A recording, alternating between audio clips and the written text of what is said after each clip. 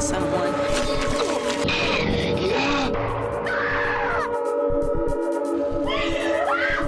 Always trust my gut. Hello and welcome to Gutted. I'm Aleece. And I'm Tony, and we're here to spill our guts about horror films. And today we'll be counting down our top 10 desert island zombie films. Is it Desert Island or Deserted Island? Either one. Well, this is a deserted island that happens to also have a desert. Yeah, it's a deserted desert with desserts. We got a lot of cakes and pies. Yeah, I guess if it was like a bountiful island, you'd be like, yeah, whatever. Yeah, I think that's more of a punishment to be on a desert island. You're not on like a lush tropical rainforesty island with monkeys. You're on a wasteland, barren wasteland of an island. You got nothing else. Nothing. You'd surrounded just by have your undrinkable movies. And hot sun. And zombie movies. Yeah. Zombie movies. Yeah, there's always movies. These are not necessarily the best zombie films out there. They're just the ones that we would take with us if we were stranded on a desert island with nothing but each other and a DVD player. And don't forget that solar-powered portable generator. Most islands are equipped with that, right? Yeah.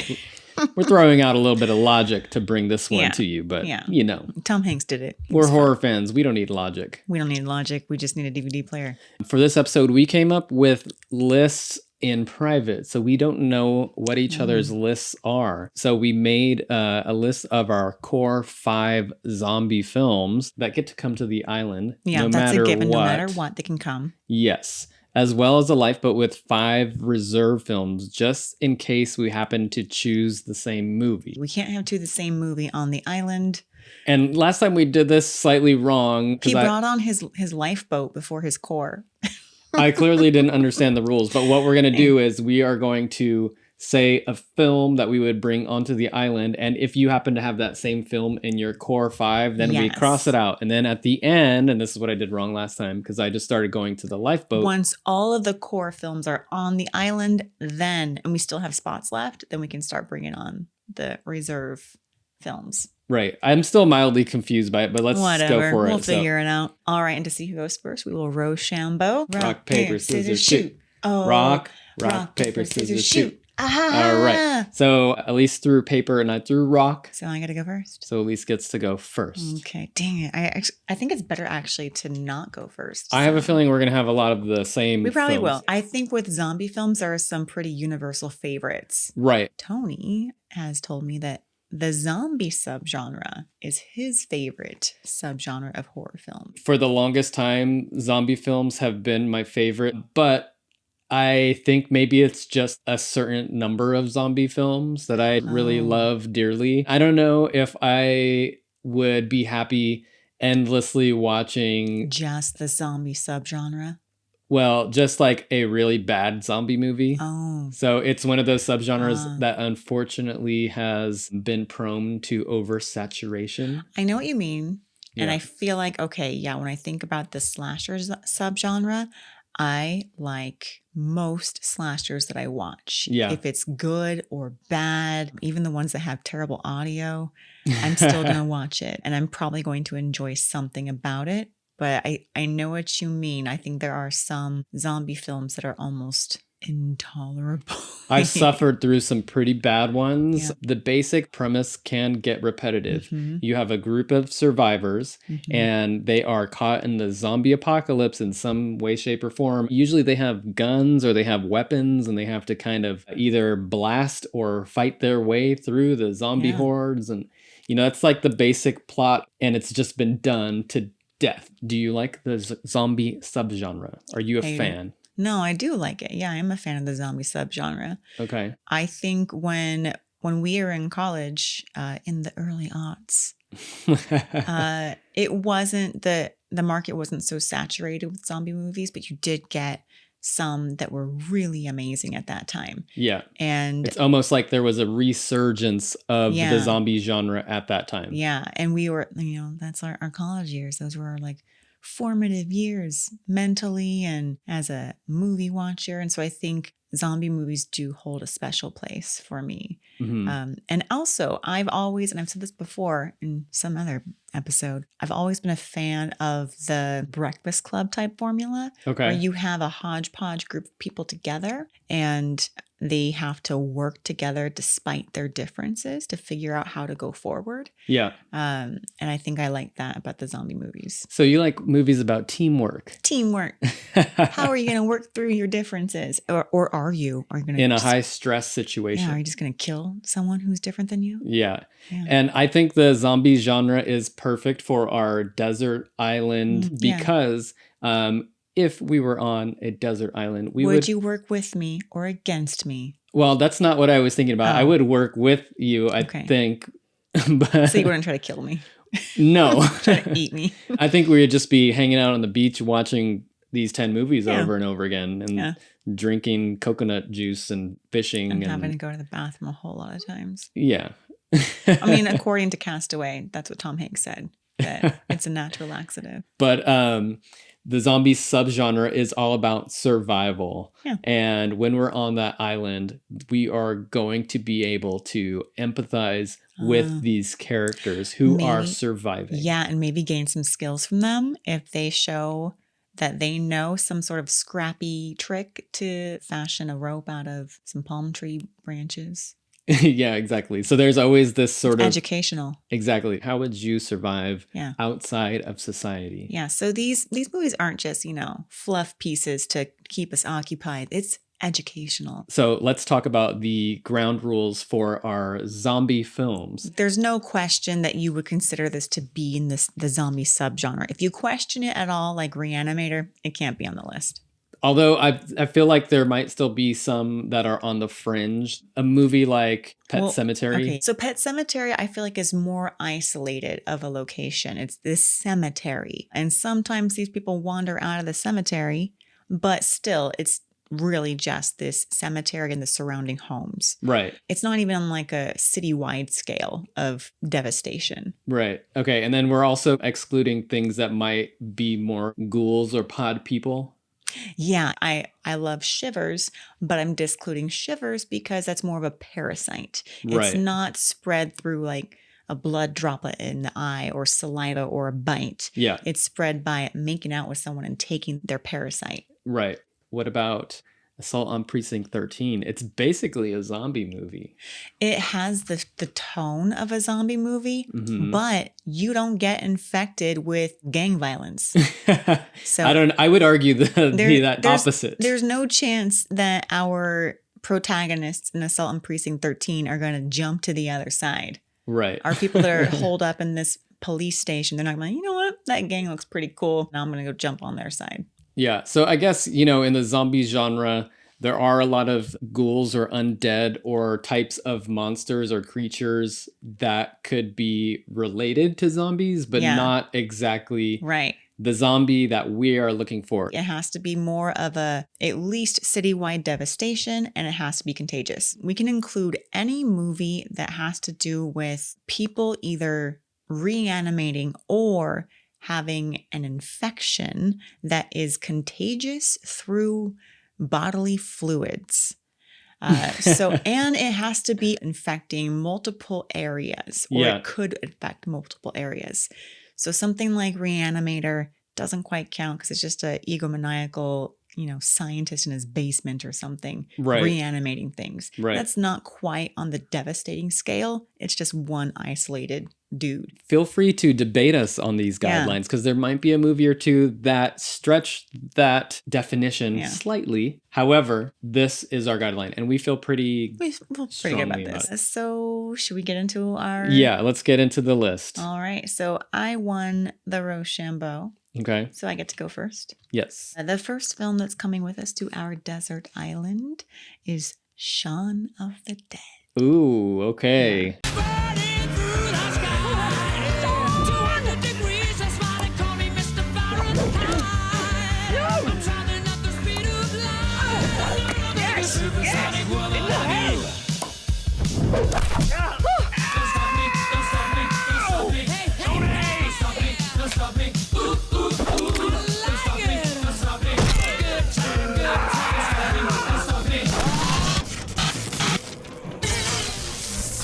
Well, that happens to be on my list as well. I knew it. I'm sure it's on everyone's list. Right.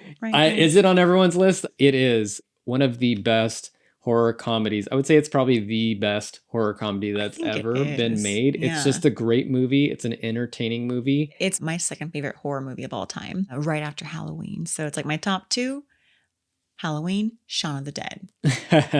And so, I mean, of course, that one has to come on the island. You need something to break up the boredom, the monotony of, everyday sand crabs walking over your toes. And what better way than with Sean and his buddies? That's interesting that you went straight for the horror comedy. Yeah. As the very first. I guess you're just going for what your favorite. I mean, it's my favorite, but also I feel like when you're bored and stranded on an island forever, you don't want to just be depressed. Yes. And have this bleak zombie movie forever and ever if you only get to pick one. I'd pick Shaun of the Dead. It's a movie that you can watch over and over again and not get bored of it. And I have watched it. Simon Pegg, Nick Frost. Yeah, can't go wrong. It's got your drama. It's got your comedy. It's got some good tunes. That's right. It's a good movie. It's a good one. It's a great movie.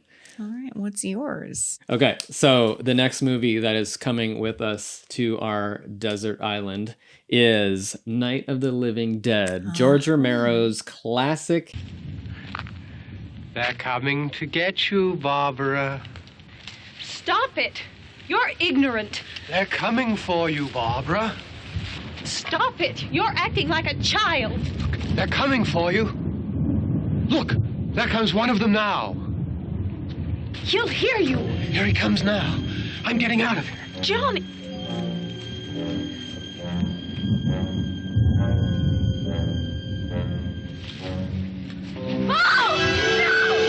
It is the zombie movie that started it all. I feel like you need to know your roots. However, there were a lot of other zombie movies that came before Night of the Living Dead, but this is the modern. This is like the, I feel like it the blueprint. it. I would say that's a good word for it. It's like the blueprint that popularized zombie films after. Great performances by the actors. Yeah. It almost plays out like a play because it is in one location, and it's sort of this like building of suspense and tension and culminates to this big moment at the end and has an ending that is shocking. Yeah. We never talked about spoilers, but I'm going to try to not spoil any of these movies, but also if you haven't seen Night of the Living Dead, then what are you doing with your life? Go watch it. This instant. Immediately. After this episode. Exactly. Yeah. All right. So do you have that on your list? I strategically put that in my lifeboat because I figured it would be in your core. So I actually initially had it in my core 5 and I crossed it out to put something else in there. All right. Yeah. So I could cross that off of my lifeboat. All right. Your turn. What's coming with us next? The next one that's coming with us is Wreck. ¿Infectados de qué? ¿Qué les pasa a estos hombres? ¿Por qué están así? Hace minutos estaban tranquilos. ¿Pero de qué coño va todo esto? Seguros. El tiempo de reacción varía según el grupo sanguíneo y no se puede pedir.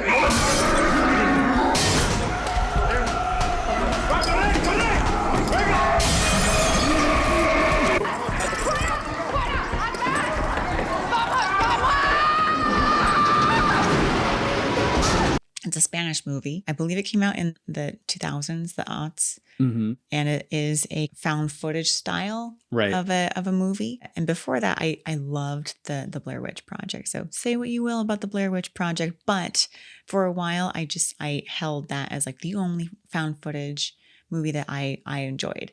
And then Wreck came out and I was blown away. And I was like, oh man, this is amazing. This news crew doing like a late night, coverage of this fire station, and then shit goes down. Yep. Oh, it's so good. And it has so many twists and turns, and the zombies are frightening, and you are stuck with this group of people. And it really is just this one location, but you do get that feeling that it could spread beyond that because it's something contagious and it affects people in a horrible way. Right. And there are several sequels, and maybe it does exactly that. However, we won't get into those. Yeah. So the first movie is a solid choice. definitely one of my favorite found footage Yeah. films ever made. I can always watch a found footage film, even if it's maybe not necessarily good. I always find myself drawn to watching them. They kind of suck you in. Even the bad ones are amazing because someone had to be ultra creative with their plot and the ways that they directed the movie, and the actors have to be very solid. The whole movie can be tanked by a terrible acting performance, something that does not strike you as natural. Yeah. You can be drawn out of it like that. Yeah. And there are several found footage movies that I've watched. I'm like, oh, that actor wasn't that strong. They're definitely from like the melodrama era. Exactly. And I think that's why I like Blair Witch Project so much, is because all of those actors in that movie, they come across as very naturalistic. And same thing with Wreck. All the actors come across as very naturalistic. Yeah, it's a really good one. Even Solid the choice. cameraman. You know, when we do these lists, it kind of makes me want to go on an island. vacation. Yeah. Get lost in vacation. Yeah, and bring all your movies. The fourth movie that is coming with us is going to be 1978's Dawn of the Dead, directed by George Romero.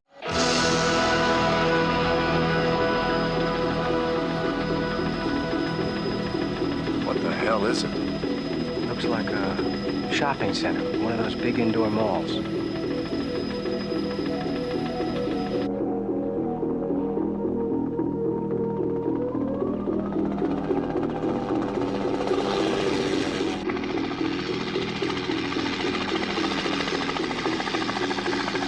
See where I'm going with this? I mean, the original Dead trilogy is one of my favorites ever, and Dawn of the Dead happens to be my favorite horror film.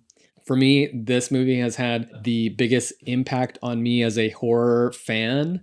I love everything about it, from the blue-faced zombies to the super blood red acrylic red. Yeah, it's just like this hyper red. And although it's like not super realistic, I really enjoy that visual, that stylistic choice. And I do think that the plot of surviving in a mall and wasting away in this fortress of goods is a really amazing plot. I think there's strong performances. I feel what they're feeling. I feel their boredom. I feel their fear. I feel their claustrophobia, all of that. I was just going to say, I feel like this is a good choice for being able to identify with boredom. Yes. And there is that wonderful scene where it's the primary main couple. They're sitting in bed, and it starts with a close-up of them, and they don't move, and there's a slow pan out of them just looking extremely bored. And you're like, oh, I feel like if we're stuck on a desert island, we'll be like, oh, I really know what they're feeling right now. That's a good summation of what we're going through. Exactly. I have a feeling that if we were on a desert island watching Dawn of the Dead over and over again, we would start acting out that montage scene. Yeah, just sitting on a bed of leaves. Yeah, really bored. Yeah, it's like the island style. It's like that one movie by the Daniels where Elijah Swiss Army Wood. Man? Yes. No, it's Daniel Radcliffe, Paul Dano. Who did I say? Elijah Wood. Elijah Wood. Oops. Similar. Don't blame me for mixing those two guys up. We're gonna start recreating these movies in a sort of primitive island form, with leaves and sticks and shells. So who has to be the Swiss Army Man? I don't want to be Daniel Radcliffe. No, not that movie. I'm saying we're going to start redoing the montage from Dawn of the Dead. So you can dress up like Marilyn Monroe holding a gun, and I'll walk over with a big giant loaf of bread like, look what I found.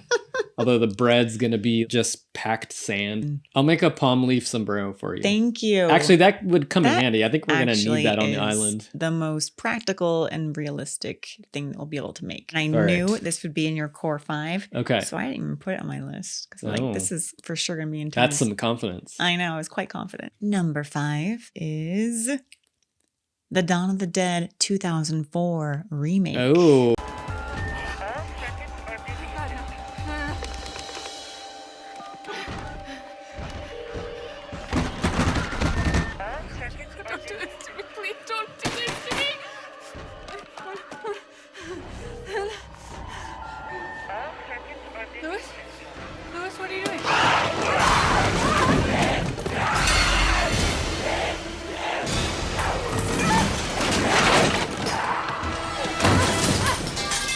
We can watch them side by side Yeah. and compare and contrast. And we Back would to break back. it down and analyze every nitty gritty detail Yeah. of the Zack Snyder version versus the George Romero version. Yeah, we'll write a thesis on this island for nobody but us. Yes, that'd Yeah. be a good gut to gut episode. That would be a good gut to gut. Interesting. Yeah. Yeah, no, I love the Dawn of the Dead 2004 remake. Yes. Perhaps a little bit more than the 1978 Interesting. version. I know. Okay. Typically, I find with remakes of a classic movie, it's a tall order to make something that's even as good as the original. Yeah. But this is one where when I watch it, I am so enthralled every single minute. And I love the director's cut that's even like a little bit longer than the theatrical release. And I feel like I could even have more footage on top of that because I love all of the characters, most of them. I mean, 2 of them are kind of like waste of space in this mall, but a good 15 of them I'm invested in. Even the douchebag played by Ty Burrell, it's very like Breakfast Club style, seeing how these people from different walks of life get together, have teamwork, make it work. Yeah, the Zack Snyder version goes a little bigger and harder. I think watching the remake of Dawn of the Dead made me appreciate the original Dawn of the Dead a little bit more. Interesting. Because I enjoyed that one so much. Then I revisited Yeah. the original and then really liked the original. Yeah. They are both so different that they both can hold spots on someone's top 10 list. Yeah, it's like they are the same basic premise, but they're two totally different movies. And I think that was really smart of Zack Snyder to not try to stay too close to the original, but still have the things that are necessary. Like you need them all. And you need zombies. And that's basically all that he kept. And I think he had a helicopter in the distance that never actually came back. So Yeah, and it also has a really great soundtrack. I feel like having a good soundtrack in a movie is crucial for being on a desert island because there might be moments where we want to just listen to music. Yeah. So we'd cue up the scene like the Down with the Sickness. Yeah. Although I don't know if I want to hear that The all down the time. tempo. Yeah, the Richard Cheese version. Yeah, the cheesy one. Or the end credits, the All My Friend, or The what Jim is it? Carroll. It's called People Who've Died. Yeah, by the Jim Carroll Band. Yeah, I love that song. And the opening sequence with the Johnny Cash. Yeah, so there's some good songs. So maybe we'll just watch the opening sequence and the Just end for credits. some music tunes. Yeah. There was dance one other party. thing. Oh, okay. So the other thing that I wanted to say about the Dawn of the Dead remake is that when they finally escape the mall and you have the last surviving group, they head to an island that is infested with zombies. Yeah. So another way that we can commiserate with the characters, like, oh, they're on an island too. Yes. Hopefully ours is not infested with zombies. And this idea of going to an island to survive is an idea that is thought about in other zombie movies as well. Can zombies tread the ocean? We know they're not going to die if they're floating along in the water. What if one washed ashore? There's one Romero zombie movie later on. Land of the Dead? Land of the Dead, where they start walking through, to get to Manhattan or something. Yeah, so in Land of the Dead, there is a zombie that does There's a zombie trudge. horde, a whole horde of them. Yeah, they trudge through the river. Yeah, they just walk it like as the crow flies, as the fish swims. Yes, and there is another Italian zombie film that is called Zombie, where Lucio there Fulci? is a zombie just chilling in the ocean, Hanging out with sharks. having to battle sharks. Coral. Yeah, having a great time. See, he seemed like he found a nice little spot underwater to live. He was just minding his own. He his was, own and then that business topless diver went down there and bothered him and smacked him with a coral. and he's like, "Oh man, now I got to I wrestle know. this Now I have shark." to wrestle this shark. Takes a bite of the shark too. He eats it. Well, at least he gets fed. Yeah. See, there's a lot of connections with zombies and islands, so I feel like this list is quite relevant. Really apt. Yeah. Yeah. Mhm. Good choice. So the 6th movie that's coming with us to our desert island is going to be Return of the Living Dead. Hey, these things don't leak, do they? Leak? Hell no. These things were made by the U.S. Army Corps of Engineers.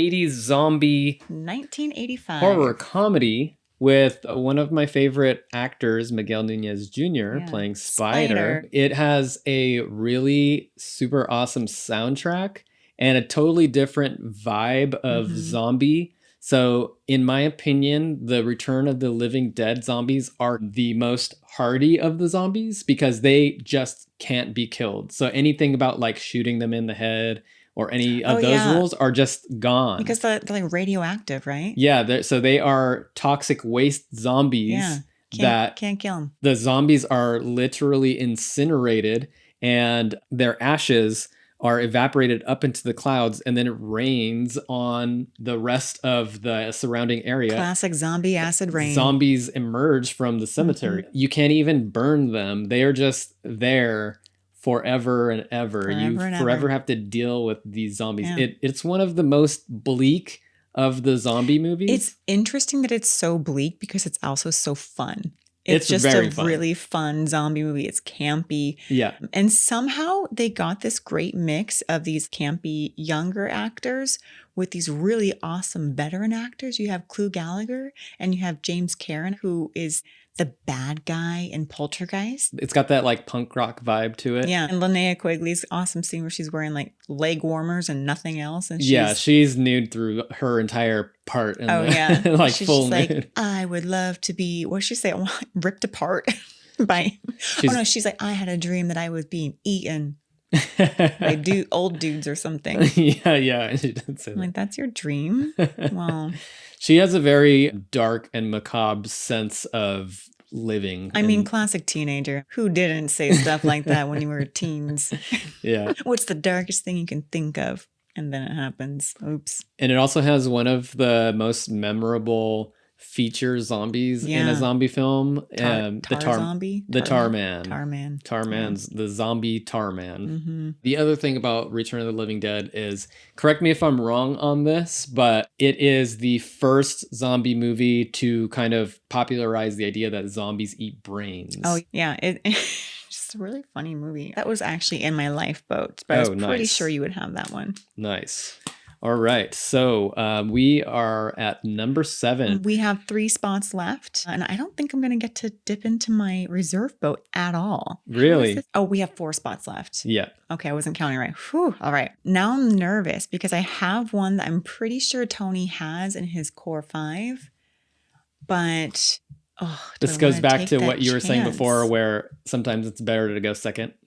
Yeah, totally better. Okay, well, I'm going to take the risk and I'm going to choose the one that I think is not in Tony's core 5. And I'm going to say 2016's Train to Busan. Oh, okay. 팀장님 어디쯤 오고 계세요? 진짜 미치겠네.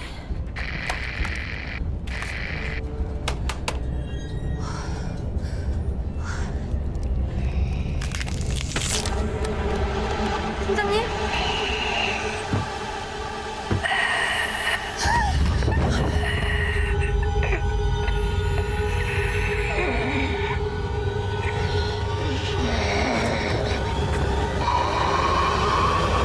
Wait, was this from your main cabin or was this from your... Okay. No, this is my main cabin. Nice. I still have... This was my second to last in my main cabin. That one was a really tough decision to leave out of my lifeboat because I do think that that's one of the better zombie movies in the last 10 years. Yeah. But I had a feeling that you might put it in there. So I would have been happy either way, whether I selected it or whether you selected it. It's a really good zombie movie. So yeah, I put Train to Busan because I feel like I'm going to need something that is super emotional and really gets me to that place where I can cathartically cry and feel bad about myself being on this desert island forever. Yeah. And this has one of the best just like cathartic moments at the very end where you're just, I've seen it several times and I cry every time to the point where like it gives me a headache. It hurts. I think you saw Train to Busan before me and you told me about how you need to watch this movie because it's going to make you cry at the end. Yeah, and Tony's like, I don't want to watch that. Sounds terrible. But then I eventually did watch it and it was a really good It's zombie so movie. good. Yeah. Some of the things I like about this movie are that the zombies have this sort of like breakdancers stance. Yeah, like capoeira dancers. Yeah, and they are relentless. They're fast. Yeah. They're very aggressive. Yeah. And they kind of, they move as if they were modern dancers. It's the way that they rise from the ground almost seems like they're defying gravity somehow. They just like rise up. Yeah. With like their back ankles somehow. Like, how do you do that? Rise up with your ankles. This is the first installment in our list where a zombie movie takes place mostly on a train. We have a diversity of settings. We have a pub. We have a pub. We have a couple of malls, but also a boat in one of them. We have a boat. We have a house near a cemetery. We have an apartment complex. We have, I don't know, a mortuary, crematorium. Yeah. And a graveyard. Yeah. So we have a lot of really great great graveyards. settings. Yeah. Yeah. And this train, man, I thought this setting was so cool to like put it on it. It's kind of like when Samuel L. Jackson made Snakes on a Plane and then he made Snakes on a Train. I kind of feel like that this was inspired by Snakes on a Plane and Snakes on a Train. They're like, you know what? Let's put zombies on the train.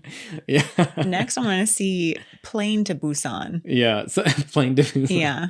You know, for some reason, I kind of doubt that, but I like where you're going with that train of thought. You know, sometimes it's Pun just intended. the setting. That train of thought. Yes.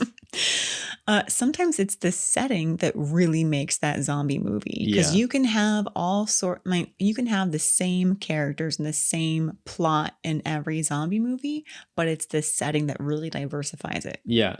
So, okay. So we have we had a zombie on a plane film? I know it's happened. You know what? There is a movie that came out, but I think it's more like vampires on a plane, but it is like contagious vampires. It's almost like as if they combined a vampire with a zombie. And what is that called? Blood Red Sky. That's it. Okay, so Blood Red Sky actually came out in 2021, and in that movie, the premise is that they're on a plane. This lady's a vampire, and that's why she's taking this red-eye flight somewhere. And if she bites people and doesn't kill them, I think they also turn into vampires, but in like a really like zombie way. Okay. So it's kind of like zombie vampire. Zombie movies and vampire movies do have a lot of similarities. Yeah, they're both undead. So Yes. I guess technically we could have had this on our list, but it's not quite to the caliber where I'm ready to put it on my desert island. Yeah. Yeah. Filmmakers have kind of exhausted the locations in which you could hold a zombie film. The other reason why I like that you chose Train to Busan is because when we're on our desert island, this movie could be educational. If we watched it enough with subtitles or without subtitles, We might be able to learn some Korean. Exactly. Yes. Yes.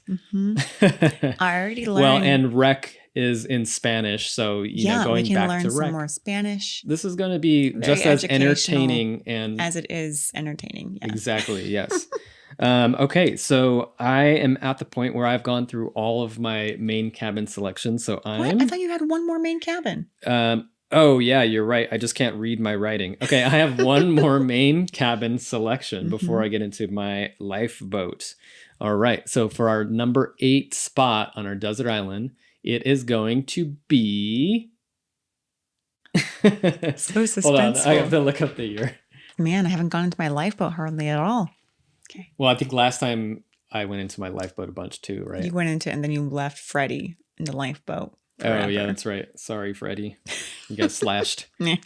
Okay, so the number 8 film that is going to come with us to our desert island is going to be from 2002, the film by Danny Boyle, 28 Days Later. Whew. Selena!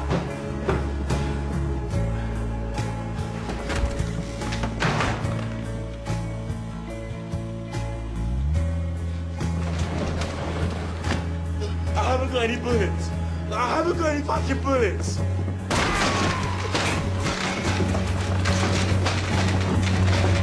Don't fucking leave me.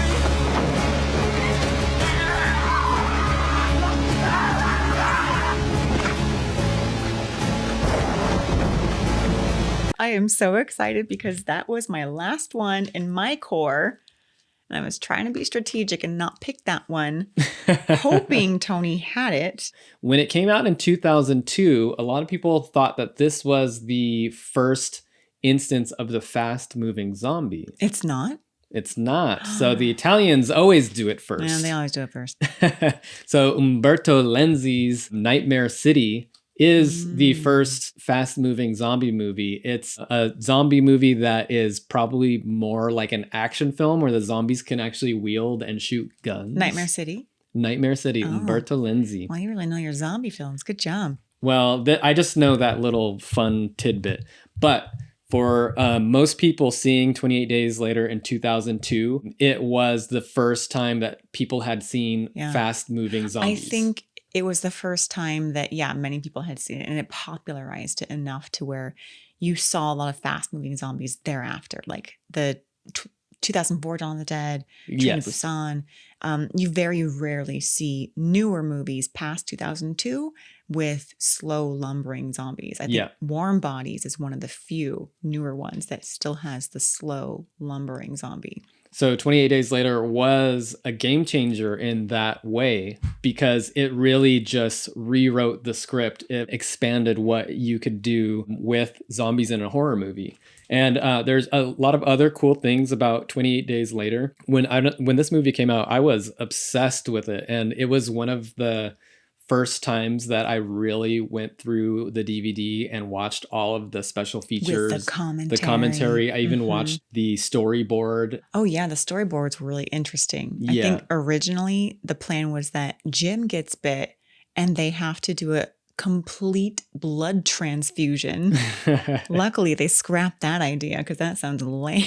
Yeah. One of the other things about 28 Days Later that I thought was new or something that I hadn't seen before in any movie that I feel like is used a lot now is that it was shot entirely on handheld cameras. So Danny Boyle really innovated the way that you could shoot a horror film. Yeah. If you go and watch the movie in 2023, it looks like a little low quality and you're like, oh, what's up with this? Like, is that what films look like back then? Yeah. But it actually made it more relevant around that time, 2002. Yeah. So when we're getting our digital cameras. Getting our digital cameras. A lot of media starts to look like that around that time. It's really gritty. And this is how people are digesting the world. It made it that much more terrifying post 9/11 to make this movie the sort of like world catastrophe. I think it really hit a lot of people. Really resonated. Yes, it really resonated with a lot of people. And another one that has a really awesome soundtrack. That's right. John Murphy's soundtrack or score for this movie is just beautiful and haunting. Mm-hmm. And I would just play this movie and just lay in the sand and feel really sad about myself. Just feel really tense. Yeah, really tense and down. A lot of great actors in this one. Yeah. Naomi Harris, Cillian Murphy. It's the first time I saw Naomi Harris. I think it's the first time I saw Cillian Murphy. And you have Brendan Gleeson, who is now, Academy Award nominated Brendan Gleeson. Good flick. Good. And that takes care of my core 5 as well. Thank you. So now are we dipping into your core as well? Or are we going into your lifeboat? I'm dipping into my lifeboat now. Wow, so this is the first one from my lifeboat and my only one from my lifeboat. All right. What movie are you going to save? And this is one where I don't think many people like it. Oh no. Is this one of Aleece's wild cards? This is my wild card. This is one that I really enjoy. But I think when I found this on DVD, it was like 25 cents. I was like, oh, awesome. Score for me. And I'm really curious. What is this 25-cent DVD movie? And it had like a really awesome, it was like on Blu-ray too. It was like not even DVD. It was like a 25-cent Blu-ray with like a really awesome tin cover. Is it like pretty. Chrome Skull or something? What is it? No, it is. I don't think that's a zombie movie. It's not. I'm very curious. This definitely feels like a curveball here. It's a little bit of a curveball, but it was third in my lifeboat. So it's in my, in order. Okay. It's from 2013, starring Brad Pitt, World War Z. Sometimes the thing you thought was the most brutal aspect of the virus turns out to be the chink in its armor. And She loves disguising her weaknesses as strengths. She's a bitch.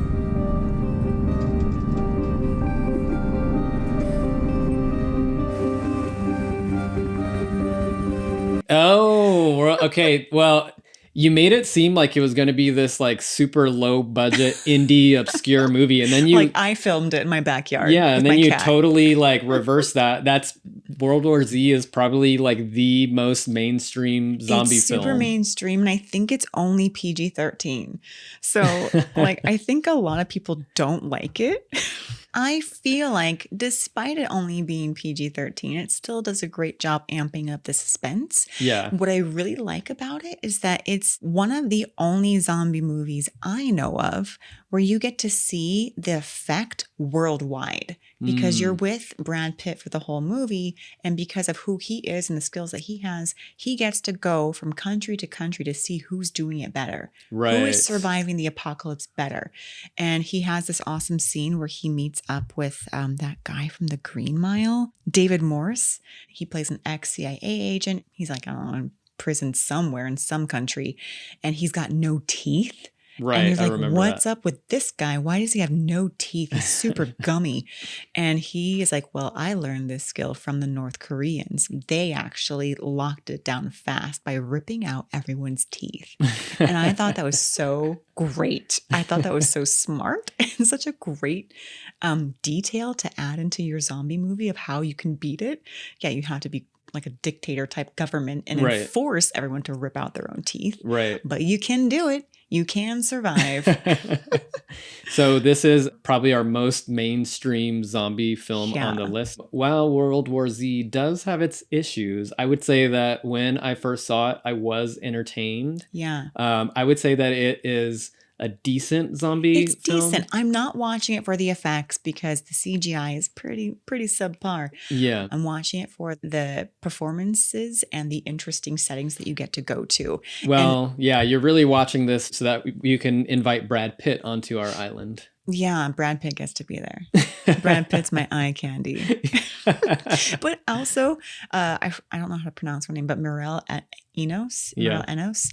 She was in one of my favorite shows called The Killing. Oh. And she has a very naturalistic style of acting, and she looks like a real person. She doesn't really wear makeup when she's in her roles, or at least in The Killing and in this. She was very toned down, and she just seemed like a real person. And so I love when I see her in things. I don't see her very often, but when I do, I'm like, oh, cool. I like her. She's in The Killing.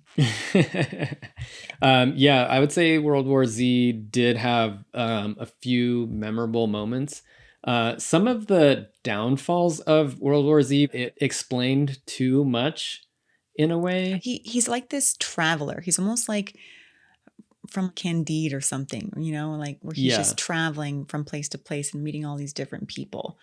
Isn't he like a sort of military research guy? Yeah, he's like ex-military. Somehow he still has ties to the military, and he gets to learn quickly on the ground level. He gets to like learn first, like what's going on. Yeah. So he knows how to handle the situation. Yeah. So he is able to get his family out of the city and out of danger quickly. And they end up on an aircraft carrier at one point. Mm-hmm. And then he has to go do some missions. He meets up with like the world's smartest person who's like this young wunderkind. He knows about nature and what nature's flaws are. Yeah. And he has a really great speech where nature is most proud of her flaws. Yeah, I can't remember the exact line, but whatever he says, Brad Pitt internalizes, and he's like, oh, okay, I'm going to use that later. And uses it. Yeah. Okay. Yeah. So just like thinking about World War Z, it did have some pretty memorable moments. Yeah. The teeth pulling is one of them. There's the scene where that one scientist slips on the airplane. So this scientist gets one awesome monologue with Brad Pitt, and then they give him a gun, and they are about to leave this airplane to go fight zombies. And he gets freaked out and runs the opposite way and slips and shoots That's a pretty himself in shocking the head. moment. Yeah. So shocking. You're like, oh, shoot, he's dead now? Yeah. The world's smartest person is dead? Also get that CGI zombie wall where they crawl over the walls of... All right. I'm not watching it for the CGI zombie wall. I mean, it was kind of neat. Yeah. But also you're just like, oh, man. Because I think that was in Israel. Yeah, And this you're is in like, Jerusalem wow, or something. Jerusalem, they did it. They made a wall and they kept everything out. And then the zombies made a tower. One of my favorite moments of that movie is the chattering zombie. Yeah, Mr. Chompers. When Brad Pitt is in the disease control room. Yeah, he's like at the CDC or something. And he's trying to work his way around this zombie, and it's this close up of this zombie with like, the long teeth. Whoever played the zombie chomper, zombie chatter, good job chattering. Yeah. Yeah. It's based off of the book of the same name, World War Z, that was written by Max Brooks, who you can tell spent a lot of time analyzing the practicality of a zombie apocalypse. So I found the quote from the scientist. He's like, Mother Nature is a serial killer. She wants to get caught, so she leaves crumbs. She loves disguising her weaknesses as strengths. Yeah. And so then that's when Brad Pitt realizes, like, oh, her weaknesses are disguised as strengths. I don't know. And then there's like some kid with cancer and the zombies avoid him. Yeah. He's like kind of remembers all these moments, and it comes to him at the end. And then all of a sudden he's like, I know exactly what I have to do. I have to inject myself with Ebola. Yeah. And then I can be Ebola. I can be studied by it's like then I can be studied by scientists, and they can use my blood to make a vaccine. Yeah. So it is the most hopeful zombie movie on our list. It's definitely the complete opposite of Return of the Living Dead, where it's just like you get obliterated. There's no chance. Yeah. You can nuke the city, whatever. On a desert island, you need something hopeful. We're like, there's a chance we might be rescued. So this is my hopeful zombie movie that I just was entertained. Yeah. I loved seeing all the different locations. Yeah. And like I said before, zombie movies can be rehashed the same exact way, but with a different location. You've made a compelling argument for that movie. Thank you. While it wasn't on my list, I am not sad that it is on the list. Yeah. Thank you. That makes it really tough because now I have 5 movies. How do you have 5? I have 5 in my lifeboat. How many were we supposed to put in our lifeboat? 3. 5. But you had none that could be crossed off? No. All my core are on there. Yeah. And I got to bring 3 from my lifeboat. Oh, so you got to bring more lifeboat. Yeah. Oh, I guess it worked the opposite than what we thought. So I guess my strategy worked. So I have 5 zombie movies that I love dearly that are in my lifeboat. Oh no, this sounds sad. And so now I have to make the really tough decision of which one is going to come with us. This is our 10th and final spot. This is the only one. Yes. Shoot. There's not enough room left in the duffel bag. Sophie's zombie choice. Man, this is really hard. I know. So just to recap here while he's deciding, we have Shaun of the Dead. That's kind of like our horror comedy. Night of the Living Dead, our classic from 1968. Wreck, we have our international Spanish film. We have Dawn of the Dead 1978, another classic. We have the remake from 2004. We have Return of the Living Dead from 1985. Train to Busan, another one of our international picks. On a train, cool location. 28 Days Later, the popularization of the fast zombie. And World War Z, our PG-13, get to see what it's like on a global scale with a hopeful ending. And with Brad Pitt. All right, so this is really tough because there are some movies that I feel like deserve to be on like a curated list of 10 zombie movies. This is your desert island. Can I say what I am excluding, what is staying on the lifeboat? Okay, what is staying on your lifeboat? And I'm just going to go through them quickly. I'm not going to say anything about them. Yeah. I am leaving off one of my favorite zombie movies of like the last 5 years, in The Sadness and the Alvin virus. I thought about The Sadness, but then I thought I don't want to be that disturbed. Well, it was also like if I was really craving gore, then maybe this is the movie that I want to watch. Okay, I'm also leaving off one of my favorite Italian zombie films, which is City of the Living Dead. Oh, that's a Lucio good one. Fulci's, and that one was really hard to leave that one off because I really like that movie. Yeah. Stay in that lifeboat. Sorry, maggots. Not this time. The maggots didn't make it. Okay, the other one that I'm leaving off from my lifeboat is going to be one that I sometimes forget about, but I know it's one that when I say it, you're going to be like, oh yeah, unless you already had it on your lifeboat. I don't know. But it's Robert Rodriguez's Planet Terror.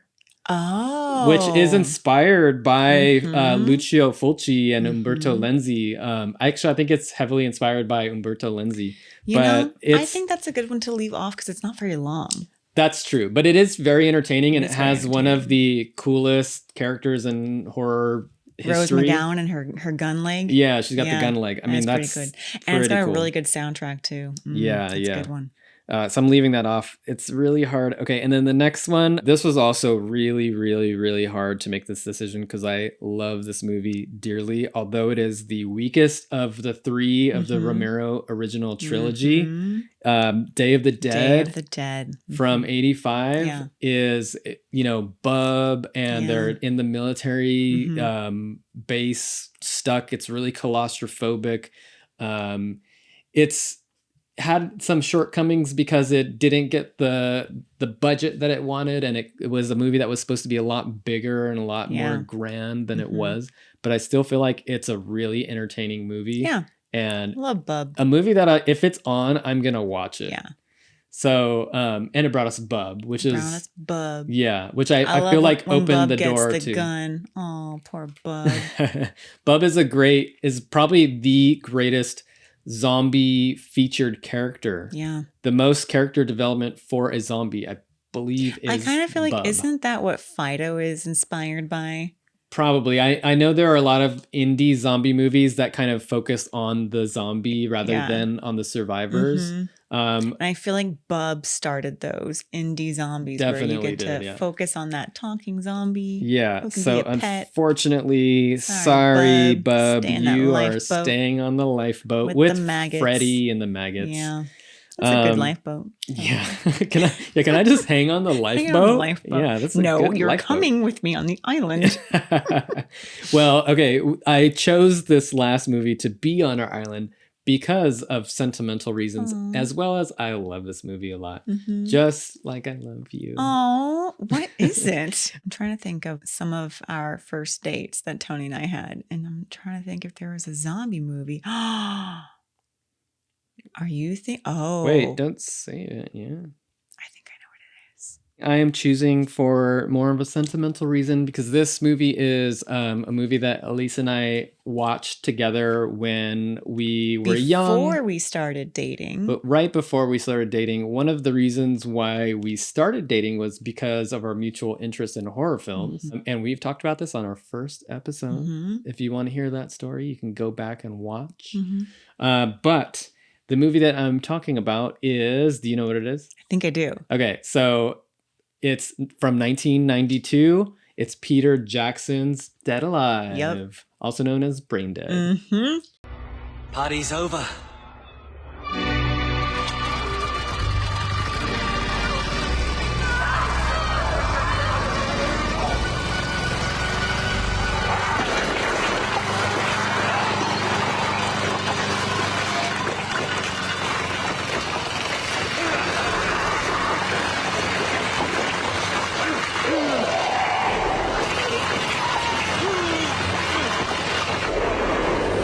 This movie will fulfill my need for gore, which I'm missing out from the sadness.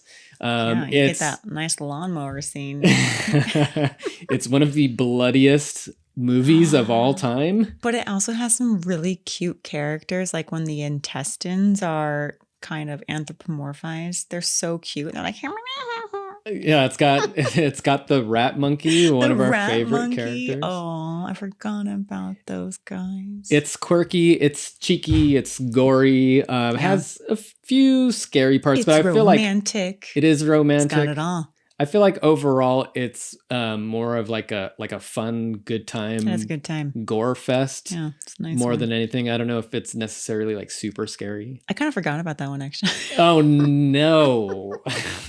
How dare you?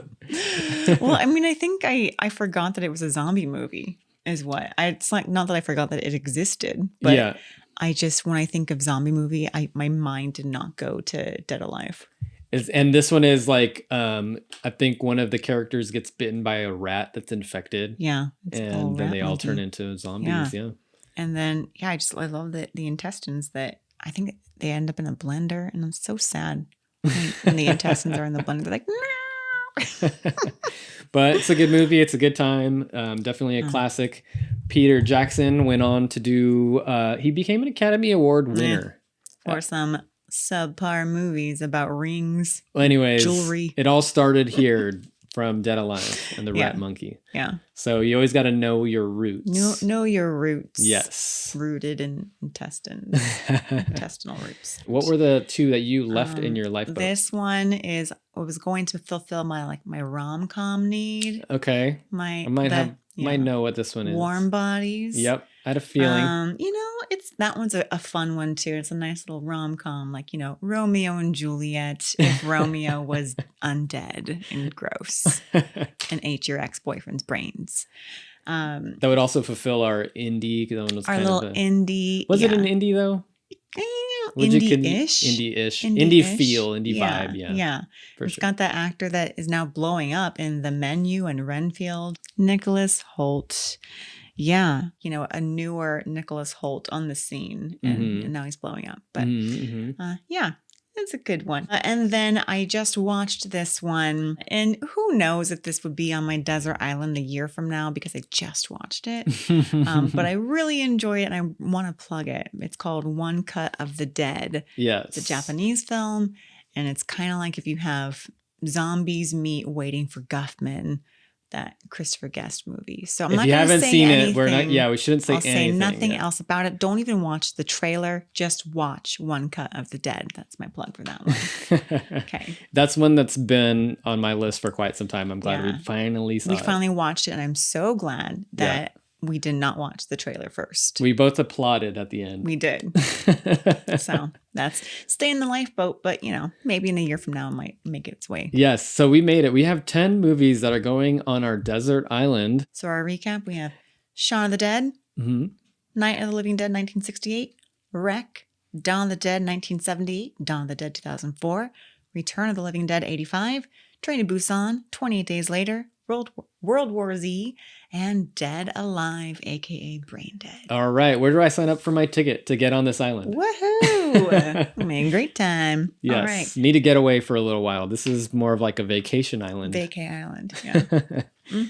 Thank you for listening and or watching another episode of the Gutted Horror Podcast. And let us know, what are some of your desert island zombie movies? What would you bring with you if you were going to go on an island with nothing but DVDs of zombie films? You can DM us on Instagram or write us an email, guttedhorrorpodcast@gmail.com. Yeah, leave a little comment here on YouTube or something.